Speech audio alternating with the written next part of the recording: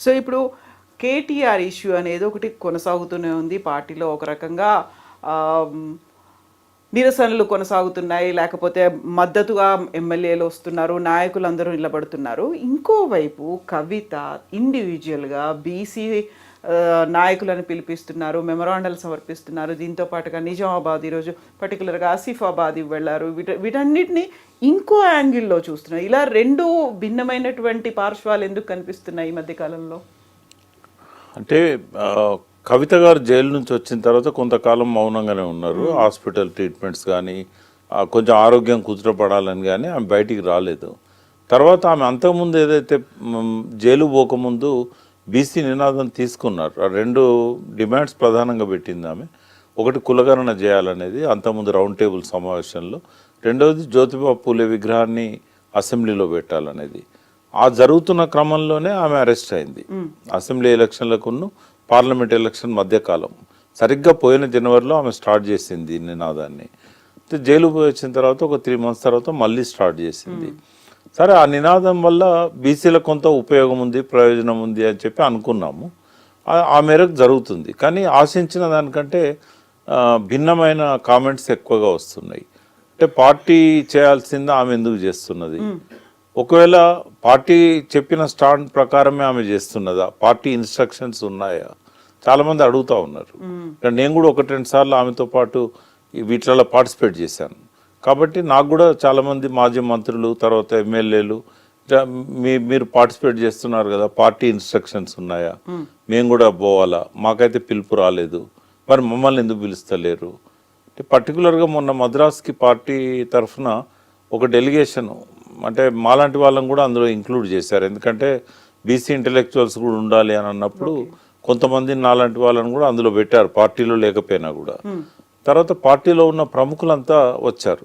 ఉదాహరణకు మత్స్వనాచారి గారు కౌన్సిల్లో ఇవాళ ప్రతిపక్ష నాయకుడు, ఆయనతో పాటుగా మాజీ కౌన్సిల్ చైర్మన్ స్వామి గౌడ్ గారు వచ్చారు, మాజీ మంత్రులు శ్రీనివాస్ గౌడ్ వీళ్ళు వచ్చారు. సో ఒక రౌండ్ తమిళనాడు పోయి అధ్యయనం చేసి రావడం జరిగింది. జరిగిన తర్వాత మళ్ళీ కంటిన్యూషన్ లేదు. అంటే వచ్చిన తర్వాత మళ్ళీ మేమంతా సమావేశమై ఒక రిపోర్ట్ కూడా ఇవ్వడం జరిగింది. ఇచ్చిన తర్వాత మళ్ళీ దాని గురించి ఈ రోజు వరకు పిలుపు కానీ, మరి ఫర్దర్గా ఎట్లా చేద్దామనే దాని మీద కానీ ఏది లేదు. ఎందుకు అని అంటే అక్కడ ఒక పెద్ద బీసీ ఉద్యమం వచ్చింది. బీసీ ఉద్యమం అనే దానికంటే బ్రాహ్మణ వ్యతిరేక ఉద్యమం వచ్చింది అక్కడ, పెరియార్ రామస్వామి నాయకర్ ఆధ్వర్యంలో. అంటే మేము తీసుకున్న స్టడీ కూడా ఏంటంటే, సామాజికంగా అట్లాంటి ఉద్యమాలు లేకుండా ఆ చైతన్యం పెరగదు, రాజకీయ శక్తిగా మలచలేము. అయితే మరి పార్టీ ఏమన్నా ఇప్పుడు ఈ బీసీ వాదాన్ని ఎత్తుకున్నట్టయితే వీళ్ళల్లో పోలరైజేషన్ వచ్చి ఒక రాజకీయ శక్తిగా ఏర్పడతారేమో, ఆ పెరియార్ రామస్వామి నాయకర్ యొక్క ఇన్స్పిరేషన్తో. అక్కడ ఏ రిజర్వేషన్ అడగకుండానే సింగిల్ డిజిట్లో ఎమ్మెల్యేలు అప్పర్ క్యాస్ట్ నుంచి ఎన్నికయ్యారు. మొత్తం ఎమ్మెల్యేలు బీసీలు, ఎస్సీలు, ఎస్టీలే తమిళనాడులో. ఆడేం రిజర్వేషన్ డిమాండే లేదు. ఎందుకు అంటే ఆ స్థాయిలో ఇప్పుడు అప్పర్ క్యాస్ట్ వాళ్ళే మాకు ఎన్ని సీట్లు ఇస్తారని వీళ్ళని అడుక్కోవాల్సిన పరిస్థితి వచ్చింది. ఇంకా కరుణానిధి కానీ, స్టాలిన్ కానీ వీళ్ళంతా కూడా ఏంటంటే బీసీ డామినేటింగ్ పార్టీ కదా డిఎంకే. కాబట్టి అటువంటి పరిస్థితి ఎక్కడ వస్తుందో ఇక్కడ అని వెనుకపోయినలేమో అని నేనైతే అనుకుంటున్నా. ఖచ్చితంగా నాకు పార్టీ మీద ఆక్షేపణ ఉంది. ఎందుకు అంటే మీరు ఒకసారి ఎత్తుకున్న దాన్ని కొనసాగనీయట్లేదు. అధ్యయనం చేసి వచ్చిన తర్వాత రిపోర్ట్ ఇచ్చినాక సైలెంట్గా ఉన్నారు. మరి బీసీలు ఎటుపోవాలి? మరి పోనీ కవిత గారు తీసుకునే నిర్ణయాన్ని పార్టీ సపోర్ట్ చేసినట్టయితే పార్టీ నాయకులను ఎందుకని ఇన్వాల్వ్ చేయట్లేదు? పార్టీలకు అతీతంగా ఆమె బీసీ ఉద్యమాన్ని నిర్మించాలనుకున్నా కూడా ప్రతి బీసీ ఏ పార్టీలో ఉన్నా కూడా అటెండ్ కావడంలో నష్టమేం లేదు. బట్ ఆమె దగ్గర నుంచి వాళ్ళకి పిలుపు పోవడం లేదు. సో ఇవన్నీ అనుమానాల వల్ల. సో తను కవిత ఇండివిజువల్ గానే చేస్తున్నారా, పార్టీ సపోర్ట్ ఉందా, కనీసం అనుమతి అయినా తీసుకున్నారా లేదా, ఇక్కడ ఉన్నటువంటి బీసీ లీడర్లందరూ ఏం చెయ్యాలి? మీ ద్వారా నేను చెప్పాలనుకున్నది ఏంటంటే, ఆమెకు పార్టీ ఇన్స్ట్రక్షన్స్ లేవు, పార్టీ దాన్ని ఎత్తుకోలేదు, ఆమె నువ్వు పోయి కండక్ట్ చేయమని చెప్పలేదు. అది ఆమె వ్యక్తిగతంగా చేస్తున్నది. జాగృతి అప్పుడు ఎట్లా చేసిందో బీసీ నినాదంతో జ్యోతిబా పూలే విగ్రహం పెట్టాలన్నా, లేకుంటే కులగణన విషయంలో ఆమె ఇన్వాల్వ్మెంట్ అయినా, ఈరోజు పెట్టే మీటింగ్స్ అయినా కూడా ఆమెకున్న జాగృతి అనుభవం రీత్యా ఆమె తీసుకుంటున్నదే కానీ పార్టీ అయితే అఫీషియల్గా ఎటువంటి ప్రకటన చేయలేదు. పార్టీ నాయకుల్లో ఆ గందరగోళం ఉన్నదంటేనే పార్టీ నుంచి వాళ్ళకి ఎటువంటి ఇన్స్ట్రక్షన్స్ లేవని. బీసీలను ఇవాళ వెంట పెట్టుకోకుండా ఏ పార్టీ అధికారంలోకి రాదు. ఇంకొకటి వాళ్ళకు కూడా నేను చెప్పదలుచుకున్నా, రాబోయే 2 ఏళ్లలో ఒక బలమైన బీసీ పార్టీ ఆవిర్భవించబోతున్నది. ఆ పార్టీ వచ్చిన తర్వాత ఆ పార్టీతో పొత్తు కలవకుండా ఏ పార్టీ అధికారంలోకి రాదు. సో ఇప్పుడు బీఆర్ఎస్ కి కూడా అనివార్యమైన పరిస్థితి. బీసీ పార్టీ రావడాన్ని ఎవరు ఆపలేరు. బీసీ పార్టీ వస్తున్నది, బీసీ పార్టీ వస్తున్నది. ఆ పార్టీతో పొత్తు పెట్టుకోకుండా ఎవరు నెక్స్ట్ అధికారంలోకి రారు. తెలంగాణలో ఒక 4వ శక్తిగా బీసీ పార్టీ వస్తున్నది.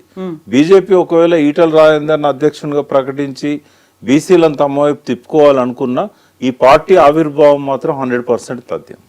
సో పార్టీలకు అతీతంగా ఇప్పటిదాకా బీసీలుగా వాళ్ళు అణగారినట్టుగా ఉన్నారు, లేకుంటే వాళ్ళకి అవకాశాలు లేదు అనుకున్న వాళ్ళ, లేకుంటే ఇప్పటిదాకా పోరాటాలు చేస్తూ వస్తున్న వాళ్ళ, ఎవరు లీడ్ చేయబోతున్నారు? ప్రతి బీసీ మైండ్ లో ఉందమ్మా.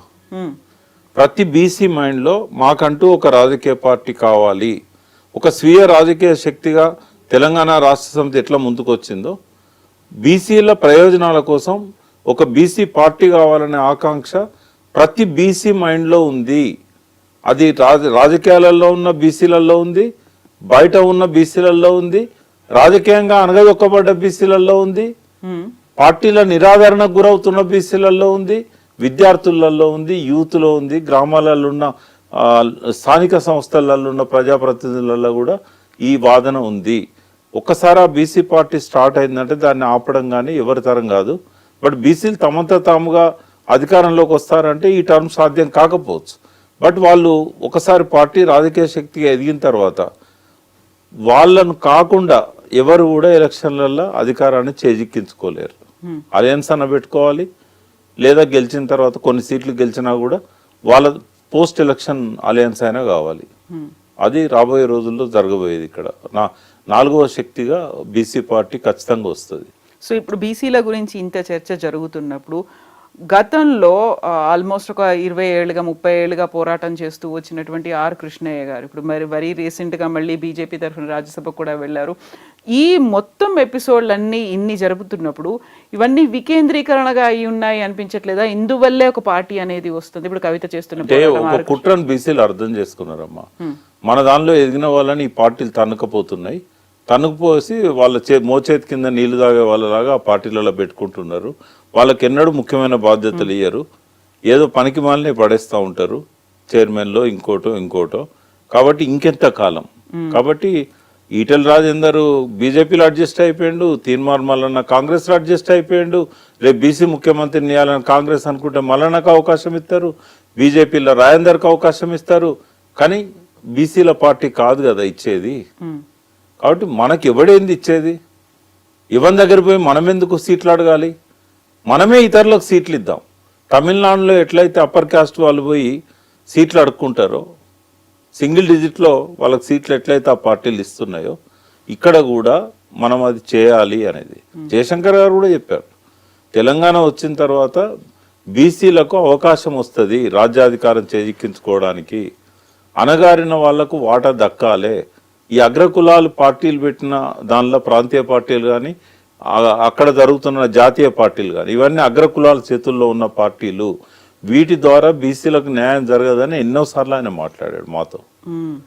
ఆయన నెక్స్ట్ కోరిక కూడా అదే ఉండే. తెలంగాణ వచ్చిన తర్వాత నెక్స్ట్ ఏంది అంటే చనిపోయే ముందు కూడా చెప్పాడు, అభివృద్ధిలో అణగారిన వర్గాలకు వాటా దక్కడం లేదు, అది దక్కాలి అని అన్నాడు. ఆయన రాసిన ఒడవని ముచ్చట్లో కూడా ఉంది. కాబట్టి జయశంకర్ గారి ఆశయం అసంపూర్తిగా మిగిలిపోయింది. తెలంగాణ లక్ష్యం నెరవేరినా కూడా ఆ అసంపూర్తిగా మిగిలిన లక్ష్య సాధన కోసం బీసీలంతా కూడా ఆయననే ఐకాన్గా పెట్టుకొని ముందుకెళ్తారు. జ్యోతిబా ఫూలేను, ఆయనను, తర్వాత శివశంకర్ గారిని, బీసీల కోసం ఎవరెవరైతే కష్టపడ్డారో, బీసీల హక్కుల కోసం పోరాడారో వాళ్ళందరినీ ఐకాన్స్గా పెట్టుకొని బీసీ పార్టీ త్వరలోనే ఆవిర్భవించబోతున్నది. ఎవరున్నారు లీడ్ చేయడానికి? అంటే పర్టికులర్గా ఎవరైనా ఒక పారిశ్రామికవేత్త, లేకుంటే ఒక రాజకీయ నాయకుడా, లేకుంటే పోలరైజేషన్ జరుగుతుందమ్మా. ఇప్పుడు ఐఏఎస్ ఆఫీసర్స్ కొంతమంది ముందుబడి ఇంటెలెక్చువల్ ఫోరం పెట్టారు. చిరంజీవులు గారు అనర్గళంగా బీసీలకు జరిగిన అన్యాయాల మీద, గతంలో కమిషన్స్ ఇచ్చిన విషయాలు, రాబోయే రోజుల్లో ఎట్లుండాలి, మన భవిష్యత్తు ఎట్లుంటుంది, ఆయన అనర్గళంగా మాట్లాడుతున్నాడు. అన్ని దిక్కులు భద్రాచలం దగ్గర నుంచి నిన్న గట్కేసర్ వరకు కూడా మీటింగ్స్ పెడతా ఉన్నాడు. ముందు ఫేస్ చిరంజీవి ఉన్నా కూడా ఆయన వెనకాల చాలా మంది ఉన్నారు. వాళ్ళు వస్తారు, సరైన సమయం వచ్చినప్పుడు వాళ్ళందరూ కూడా బయటకు వస్తారు. సో 2 years ఉంది కాబట్టి బలమైన నాయకత్వం వస్తుంది. అది కూడా నేను చెప్పదలుచుకున్నా. ఒక బలమైన నాయకత్వం వస్తుంది, యంగ్ లీడర్షిప్ వస్తుంది. డెఫినెట్గా బీసీల ప్రమేయం లేకుండా 2028లో ఎవ్వరు ముఖ్యమంత్రి కాలేరు ఇక్కడ. సో ఒక ఇంట్రెస్టింగ్ అంశం. ఇన్ని రకాల అంశాలు అనేవి కనిపిస్తున్నాయి. ఒకవైపు కేటీఆర్కి సంబంధించి అరెస్ట్ అంశం కావచ్చు, కవిత అనే తను ఇండివిజువల్గా తిరుగుతున్నారు, జిల్లాల వారీగా తిరుగుతున్నారు, ఇవన్నీ అనుకున్నప్పుడు కేసీఆర్ ఎక్కడున్నారు అనేది ఇందులో ప్రధానంగా కనిపిస్తోంది. మాజీ ప్రధానమంత్రి మన్మోహన్ సింగ్ మరణం తర్వాత స్పెషల్ అసెంబ్లీ సెషన్ని 1 day కోసం ఏర్పాటు చేశారు. అదే ప్రధానమంత్రి క్యాబినెట్లో కేసీఆర్ కార్మిక శాఖ మంత్రిగా పనిచేశారు. వాళ్ళిద్దరి మధ్య అసోసియేషన్ బాండ్ అనేది ఉంది అని రావు సాబ్ అని పిలుస్తారు. ఇన్ని అయినప్పుడు కూడా కేసీఆర్ ఎందుకని అటెండ్ అవ్వలేకపోయారు ఆ సెషన్ని? అదే ఆయన విషయంలో అది ఒక పెద్ద పొరపాటు అని నేను అనుకుంటున్నా. ఒక మంచి అవకాశం వచ్చింది ఆయన అసెంబ్లీకి రావడానికి. అప్పుడు నాన్ కాంట్రవర్షియల్ కదా. ఆయన స్మరణ కోసం పెట్టుకున్న, సంస్మరణ కోసం పెట్టుకున్న మీటింగ్లో ఎవరు కేసీఆర్ని అగౌరవపరచరు కదా. బడ్జెట్ నడుస్తున్నప్పుడు ఎట్లయితే గవర్నర్ గారు ఉన్న సభలో వారు వచ్చి కాసేపు కూర్చొని వెళ్ళిపోయాడు కదా గవర్నర్. అప్పుడు బడ్జెట్ సమయం, బడ్జెట్ ప్రసంగం జరుగుతున్నప్పుడు, బట్టి గారు బడ్జెట్ ప్రసంగం చదువుతున్నప్పుడు వచ్చి కాసేపు కూర్చొని పోయారు. మొన్న మంచి అవకాశాన్ని జారవిడ్చుకున్నారు. ఎందుకంటే చాలా హుందాగా ఉండేది. అన్నిటికంటే ఎక్కువగా తెలంగాణ ఇచ్చిన ప్రైమ్ మినిస్టర్ ఆయనే. రాజ్యసభలో వెంకయ్యనాయుడు అడుగడుగున అడ్డుపడాలని ప్రయత్నం చేసినప్పుడు వెంకయ్యనాయుడు నోరు నొక్కి తెలంగాణ బిల్లు పాస్ చేయడంలో మన్మోహన్ సింగ్ది కూడా ఇంపార్టెంట్ రోల్. కానీ మన్మోహన్ సింగ్ సంస్మరణ ఆయన చెప్తే చాలా అద్భుతంగా ఉండేది. ఎందుకంటే ఆయనకున్న లాంగ్ అసోసియేషన్ కానీ మన్మోహన్ సింగ్ ఇచ్చిన సహకారాన్ని కానీ ఆయన చెప్పాల్సి ఉండే. బట్ ఆ మంచి అవకాశాన్ని ఆయన పోగొట్టుకున్నాడు. కొన్నిసార్లు మళ్ళీ తిరిగి రావు అవకాశాలు. బట్ స్పీకర్ గారు స్వయంగా ఫోన్ చేసినా కూడా తను రాలేదు అని అంటే అదొక తప్పిదం. అది రెండవది ఏంటంటే ప్రజలంతా కూడా ఇంతకాలం సరే ఒక 1 year పాటు రేవంత్ రెడ్డికి టైం ఇవ్వడానికి ఇప్పుడే ఎందుకు విమర్శించాలని చెప్పి ఆయన రాలేదు అని అర్థం చేసుకున్నారు. మేము కూడా అన్నాం, విశ్లేషణ కూడా చేసినాం. ఒక 1 year అయిన తర్వాత ఆయన బయటకు వస్తాడు అని చెప్పి. సో ఇప్పుడు ఆయన మీద చాలా పదునైన విమర్శలు వస్తున్నాయి. బండి సంజయ్ గారు ఇవాళనే పేపర్లో చదివాను నేను. ఆయన ఏమన్నాడు, ఫామ్ హౌస్లో పడుకునే ప్రతిపక్ష నాయకునికి ఆ హోదా ఎందుకు అన్నాడు. అంటే ఈ విషయంలో ఎవరు ఎన్కౌంటర్ చేయగలుగుతారు? నువ్వు రాదలుచుకున్నప్పుడు నీకు ఆ హోదా అవసరం లేదు. ఒకవేళ ఆ హోదా నువ్వు పెట్టుకోవాలనుకుంటే ఇప్పటికైనా బయటికి రావాలి. సరే, ఆయన ఏదో April 27 నాడు వార్షికోత్సవం ఉంటుంది కాబట్టి తెలంగాణ రాష్ట్ర సమితి ప్లీనరీ లాగా చేస్తా అంటే ఆ విషయంలో కూడా భారత రాష్ట్ర సమితి ఆవిర్భావ దినం అది కాదు. మరి తెలంగాణ రాష్ట్ర సమితి ఆవిర్భావ దినాన్ని చేస్తారా, భారత రాష్ట్ర సమితి ఆవిర్భావ దినాన్ని చేస్తారా? వాళ్ళే ఆలోచించుకోవాలి. పేరు మారుస్తారా, పేరు మళ్ళీ మారుస్తారా? ఆ విషయంలో క్లారిటీ ఇవ్వాలి. ఒకవేళ April 27 నాడే వారు ఆవిర్భావ సభ చేసి దానిలో కేసీఆర్తో ప్రసంగం పెట్టిస్తారా? అట్లా పెట్టించినట్టయితే మళ్ళీ తెలంగాణ రాష్ట్ర సమితినే రివైవ్ చేస్తారని చెప్పి ఒక మెసేజ్ ఇచ్చినట్టు కూడా ఉంటుంది. బట్ అప్పటిదాకా ఓపికతో ఫామ్ హౌస్లో ఉండాలని నేనైతే అనుకోవడం లేదు. ఆయన ఎంత తొందరగా వీలైతే అంత తొందరగా బయటికి రావాలి. జరుగుతున్న వాటి మీద ఆయన అసెంబ్లీలో కూర్చోడా అనే దానికంటే కూడా మీడియా ముందుకు రావాలి, ప్రజల ముందుకు రావాలి. ప్రజల సమస్యలను అధ్యయనం చేయడానికి ఆయన యాత్రలు చేయాలి, ప్రజలను కలవడానికి యాత్రలు చేయాలి. ఆయన చేసిన తప్పులను కూడా ప్రజల ముందు ఒప్పుకోవాలి. నేను క్షమాపణ చెప్పమని అడగా. ఎందుకంటే ఇది టవరింగ్ పర్సనాలిటీ, తెలంగాణ ఇచ్చిన ఒక అందరికీ ఆరాధ్యుడైన వ్యక్తి. ఆయన స్థాయిని ఏమాత్రం తగ్గియొద్దు. బట్ ఆయన ఏమన్నా పొరపాట్లు చేసినట్టయితే ప్రజల ముందుకు వచ్చి ప్రజలు చేసిన తప్పును ఆయన చెప్పాడు. ప్రజలు తప్పు చేశారు, నన్ను ఓడించారు. మరి నువ్వు చేసిన తప్పులు కూడా ప్రజలకు చెప్పాలి కదా. ఇప్పటికి కూడా కాళేశ్వరం మీద, విద్యుత్ కమిషన్ చేసే ఎంక్వైరీల మీద ప్రజలకు క్లారిటీ ఇవ్వాల్సింది ఆయనే. మొన్న అసెంబ్లీలో ధరణి మీద అనేక రకాల వ్యాఖ్యానాలు చేశారు రేవంత్ రెడ్డి గారు. ఎవరైనా సమాధానం చెప్పారు? ప్రజలు నమ్ముతారు కదా ఒకవేళ మీరు కౌంటర్ చేయకపోతే. ఎవరు సమాధానం చెప్పాలి? అది హరీష్ రావు గారు, కేటీఆర్ గారు కాదు చెప్పాల్సింది. ఆనాడు రెవెన్యూ మంత్రిగా ఉన్న ముఖ్యమంత్రి గారు చెప్పాలి. మొదటి టర్మ్లో ఆయన లేడు రెవెన్యూ మంత్రిగా, రెండో టర్మ్లో రెవెన్యూ మంత్రి ఆయనే కదా, సాగునీటి శాఖ మంత్రి ఆయనే కదా, మరి అది చెప్పాలి కదా. మరి అది మీడియా సమావేశంలో పెట్టాలి, లేదా తన ఓన్ ఛానల్తో ఒక వీడియో రికార్డ్ చేయించైనా రిలీజ్ చేయాలి. నేనేం చేయను అంటే కొంతకాలం తర్వాత నేను ప్రజలు మర్చిపోతారు, తెలంగాణ సాధకునిగా నేను గుర్తుపెట్టుకుంటారు. కానీ యాక్టివ్ పాలిటిక్స్లో నువ్వు లేకపోతే కనుమరుగైపోతావు కదా. పార్టీ క్యాడర్లో కూడా ఉంది అది. చాలామంది అంటే ఇదివరకు నేను సన్నిహితుని ఉన్నాను కాబట్టి చెప్పుకుంటారు, మీరన్నా చెప్పొచ్చు కదా అని. నేనేం చెప్పినా మీడియా ద్వారానే చెప్పదలుచుకున్నాను, ఎందుకంటే నాకు కూడా అక్కడ అవకాశం లేదు. ఎంట్రీ లేదా అసలు వెళ్ళట్లేదా? వారు పిలిస్తే నేను పోతా అని చెప్పాను. వారు ఒకసారి రమ్మన్నారు, ఆ టైంలో ఎందుకో హరీష్ రావు గారితో కలిసి రమ్మన్నారు, ఆయన కుదరలేదు. మళ్ళీ నన్ను ఎప్పుడు వాళ్ళు పిలవలేదు. పిలిస్తే నేను మాట్లాడతాను. ఆయన ఇంకోటి ఏంటంటే ఆయనకు సలహా ఎవరు ఇవ్వాల్సిన అవసరం లేదు, ఆయన ఆలోచించగలుగుతాడు. కానీ కమ్యూనికేషన్ ప్రాబ్లం ఇక్కడ, కింద ఏం జరుగుతుందో ఆయన దాకా పోవడం లేదు. ఎవరన్నా మీడియాలో మాట్లాడితేనే కింద ఇట్లున్నది అనేది ఆయనకు తెలిసే పరిస్థితి ఉన్నది. ఆయన చుట్టూ ఉన్న వాళ్ళని మార్చుకోకుండా సక్సెస్ అవుతాడని నేనైతే అనుకోవట్లేదమ్మా. ఆయన ఫెయిల్ కావడానికి ఒక మంచి విమర్శకులు, క్రిటిక్స్ తన పక్కన ఉండాలి. ఎంత గొప్ప వ్యక్తి అయినా తను కరెక్ట్గా ముందు పోవాలనుకుంటే ఒక క్రిటిక్ ఉండాలి, బలమైన క్రిటిక్ తన పక్కన ఉండాలి.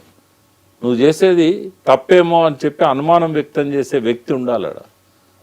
అందరు నోర్లు మూసుకొని ఆయన చెప్పిందే ఎస్ బాస్ అనే విధంగా ఉన్నట్టయితే కొంతమందికి లోపల ఇక్కడ దాకా ఉన్నా కూడా బయటికి రాదు మాట. రకరకాల కారణాల వల్ల ఆ మాట గొంతు లోపలనే ఆగిపోతుంది. మరి ఆ గొంతులో నుంచి బయటికి వచ్చి చెప్పగలిగే వ్యక్తి నీకు పక్కన ఉంటే కదా నీకు ఉపయోగపడేది, ఇవన్నీ తెలిసేది. తర్వాత ఇంటెలిజెన్స్ అక్కడున్న 10 ఏళ్ళు వాళ్ళని నమ్ముకున్నాడు ఆయన. వాళ్ళు కూడా ఒక స్టేజ్లో చెప్పకుండా అయిపోయినారు. ఏమన్నా అంటే మనల్ని తిరుగుతాడు, ఎందుకు మనకు అవసరమా అని చెప్పి. అంటే ప్రభుత్వం పోయేది కూడా వాళ్ళు చెప్పలేదు ఆయనకి.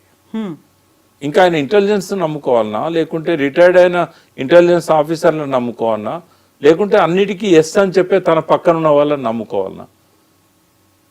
ఆయన క్యాబినెట్లో ఉన్న వాళ్ళకు కూడా ధైర్యం చాలదు ఆయనతో మాట్లాడడానికి.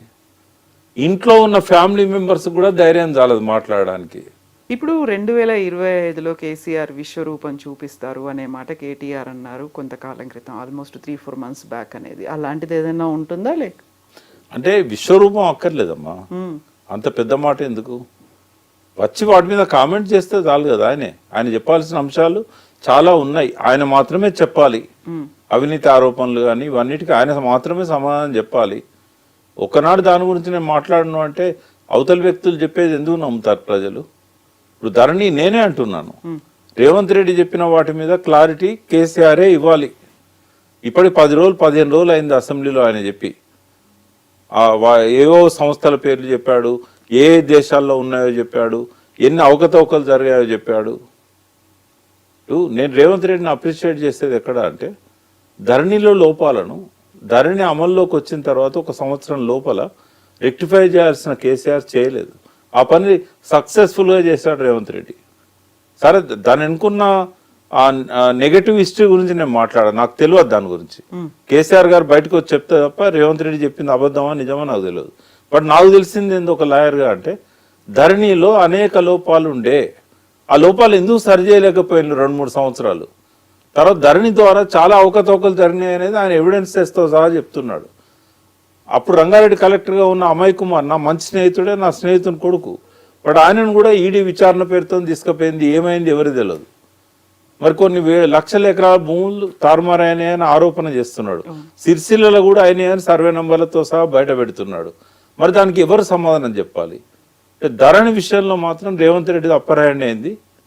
ఇవాళ కేసీఆర్ కానీ కేటీఆర్ కానీ ఎవరు కూడా వాటికి సమాధానం చెప్పలేని పరిస్థితిలో ఉన్నారు. ఇట్లా కంటిన్యూ అయిందనుకోండి, రేవంత్ రెడ్డి తనకు ఇదివరకు ఉన్న నెగటివ్ని పోగొట్టుకోగలుగుతాడు, కేసీఆర్ తనకు లేని నెగటివ్ని తెచ్చుకోగలుగుతాడు.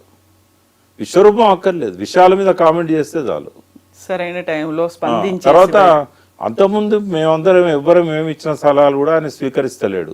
ఉద్యమకాలం పిలుచుకోమని చెప్పాం, మళ్ళీ 2001లో ఉన్న వాళ్ళతోని తను పిలిపించుకొని వాళ్ళ భోజనం పెట్టి కాసేపు మాట్లాడి మిమ్మల్ని నేను పట్టించుకోలేకపోయినా ఏ కారణాలో చెప్పాలి. రీయూనియన్ కొంతమంది అన్నట్టుగా నేనేం క్షమాపణలు చెప్పమనా, నేను మిమ్మల్ని ఈ కారణం వల్ల నేను దగ్గర తీయలేకపోయినా, ఒకవేళ అది నా పొరపాటు అయితే మళ్ళీ నేను రిపీట్ చేయను. ఏం పరాయి వాళ్ళ తెలంగాణ ఉద్యమకారులు లేకుండానే ముఖ్యమంత్రి అయినా? ఈ విషయాల మీద ఆయన క్లారిటీ ఇవ్వాలి. ఎప్పుడో ఒకసారి తప్పదు. మళ్ళీ తన పోయిన ప్రభం తిరిగి పెంచుకోవాలన్నా తెచ్చుకోవాలన్నా ఉద్యమకారులను ఇగ్నోర్ చేస్తే అయితే సాధ్యం కాదు.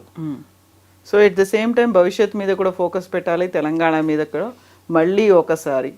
అంటే ఆయన ఎంత పెట్టినా స్వీయ రాజకీయ శక్తిగా ఎదిగిన పార్టీ ఇవాళ చాలా వరకు దాని కీర్తి ప్రతిష్టలు పడిపోయినాయి. ఏ స్థాయికి పోయినాయి అంటే రాజకీయంగా ప్రతిపక్షంలో కూర్చోవలసిన స్థాయికి పోయినాయి. ఆ స్థానంలో ఉండేనా చేసిన పొరపాట్లను కరెక్ట్ చేసుకోగలిగితే, రిపీట్ చేయకుండా ఉంటే, అందరితో మెయిన్గా 52% ఉన్న బీసీలను ఇగ్నోర్ చేయకుండా వాళ్ళతో కలుపుకుపోగలిగితే, సరే పార్టీ వస్తే వస్తుంది, కానీ ఈ పార్టీలో ఉన్న బీసీలు అయితే నిరాదరణకు గురవుతున్న వాళ్ళని అయితే తను దగ్గర తీయాలి కదా. అది చేయకుండా టీఆర్ఎస్కు మళ్ళీ పోయిన ప్రతిష్ట రావాలంటే అది జస్ట్ ఇంపాసిబుల్. వీళ్ళు ఎంత హరీష్ రావు గారు కానీ, కేటీఆర్ గారు కానీ, కవిత గారు కానీ, ఆ పార్టీ నాయకులుగా వాళ్ళు ఎన్ని రకాల ప్రయత్నాలు చేసినా బీసీలలో ఉన్న అసంతృప్తి జ్వాలలను ఆర్పడం అనేది వాళ్ళకి సాధ్యం కాదు. అలా ఎవరో ఒక ఇండివిజువల్ గా కాకుండా పార్టీ పరంగా ఒక డెసిషన్ తీసుకోవాలి. అధ్యక్షుడిగా ఒక నిర్ణయాన్ని ప్రకటించాలి. ఇప్పుడు 2 పార్టీలు గుర్తించాయి కదా, ఆయన బీసీని ముఖ్యమంత్రి చేస్తా అని. ఇప్పుడు రాజేందర్ను ఆ పార్టీ అధ్యక్షుడిగా చేయాలనే ఆలోచనలో వాళ్ళు ఉన్నారు. బీసీలు అంతా ఎక్కువ భాగం వాళ్ళతో ఉన్నారు అనేది వాళ్ళ ఫీలింగ్. అది లేదు, మేము కూడా బీసీల పక్షమే అని చెప్పి కులగణనకి వాళ్ళ ఏకసభ్య అది డెడికేటెడ్ కమిషన్ వేసి ఇంటింటికి సర్వే చేయించి ఆ సర్వే అనాలిసిస్ ఇప్పుడు నడుస్తూ ఉన్నది. అందులో రేవంత్ రెడ్డి ముందున్నాడు, బీజేపీ చేయని పని నేను చేస్తున్నాను అని. అయితే ప్రజలు మెయిన్గా బీసీలు ఇద్దరిని నమ్మడం లేదు. టీఆర్ఎస్ మీద ఇంతకుముందే నమ్మకం పోయింది. ఎందుకు అంటే దాదాపు 7-8 లక్షల అప్లికేషన్స్ వస్తే ఎవరికి లోన్లు ఇవ్వలేదు. స్కాలర్షిప్స్ కూడా, ఓవర్సీస్ స్కాలర్షిప్స్ కూడా అంతంత మాత్రం ఇచ్చారు. బీసీలను వాళ్ళకి ఇస్తానని ప్రామిస్ చేసిన ఎన్నికల ప్రణాళికలో పెట్టిన బడ్జెట్ను కూడా ఏటా 5,000 కోట్లు ఇస్తామన్నారు. అంటే దాదాపు 50,000 కోట్లు బీసీలకు పెట్టాల్సి ఉండే, ఏది జరగలేదు. మరి మళ్ళీ వస్తే మాత్రం చేస్తారు అని గ్యారెంటీ ఏంది? కాబట్టి ఇటువంటి సమయంలోనే ఈ 3 రాజకీయ పార్టీలను కూడా బీసీలు నమ్మడం లేదు. నేను వాళ్ళ ప్రతినిధిగా చెప్తున్నాను. సో ఆ వాక్యూమ్ ఉంది, దాన్ని ఫిల్ చేయడానికే మనమే ఒక పార్టీగా ఎదుగుదాం. ఇక ఆపలేరమ్మ ఎవరు, ఎందుకంటే ఈ 3 ఫెయిల్ అయినాయి. ఈ 3 ఫెయిల్ అయిన తర్వాత, ఎందుకంటే బండి సంజయ్ నుంచి కిషన్ రెడ్డి గారిని ఎప్పుడైతే పార్టీ అధ్యక్షులు చేశారో బీసీలకు నమ్మకం పోయింది. అలా పోయిన వాళ్ళు కూడా బయటకు వచ్చారు చాలా మంది. రాజేందర్ను ఇప్పటికే అధ్యక్షునిగా ప్రకటిస్తలేరు. కాబట్టి వాళ్ళు రాజేందర్ను రేపు బీసీ తరఫున ముఖ్యమంత్రి చేస్తారా లేదా అనే విషయంలో కూడా చాలా డౌట్స్ ఆ పార్టీలో ఉన్న బీసీలలో ఉన్నాయి. కాంగ్రెస్లో కూడా అదే పరిస్థితి ఉన్నది. ఈయన కులగణన చేపట్టినా, ఎన్ని మాటలు మాట్లాడినా బీసీలకు ఇప్పుడేమీ ఆయన చేస్తున్నది ఏం లేదు. ఇప్పుడు ఎక్కువగా రైతు బంధు తీసుకునేది బీసీలే. మరి వాళ్ళకేమీ వచ్చే పరిస్థితి కనబడతలేదు. ఏదో ఒక సాగు చెప్పి రుణమాఫీలో 48,000 కోట్లు అంచనా వేసి 18,000 కోట్లు ఇచ్చాడు. ఇప్పుడు కూడా అనేక రకాల ఆంక్షలను విధించబోతున్నారు రైతు భరోసాల. కాబట్టి ఈ 2 పార్టీలను బీసీలు పక్కకు పెడతారు. ఇదివరకే బీఆర్ఎస్ను పక్కకు పెట్టారు. ఇంకా వాళ్ళకి మిగిలింది ఒక దారి, బీసీ పార్టీ పెట్టుకోవడం. కాబట్టి ఇప్పటికైనా వాళ్ళ పార్టీలలో ఉన్న బీసీలను కాపాడుకోవాలంటే, కొత్తగా వచ్చే బీసీ పార్టీలోకి రానియొద్దు అనుకుంటే వాళ్ళు ఆలోచించుకోవాల్సిన సమయం ఇది. అలర్ట్ అవ్వాల్సిన సమయం ఇది. ఎస్ అండి. Thank you so much Prakash గారు. Thank you.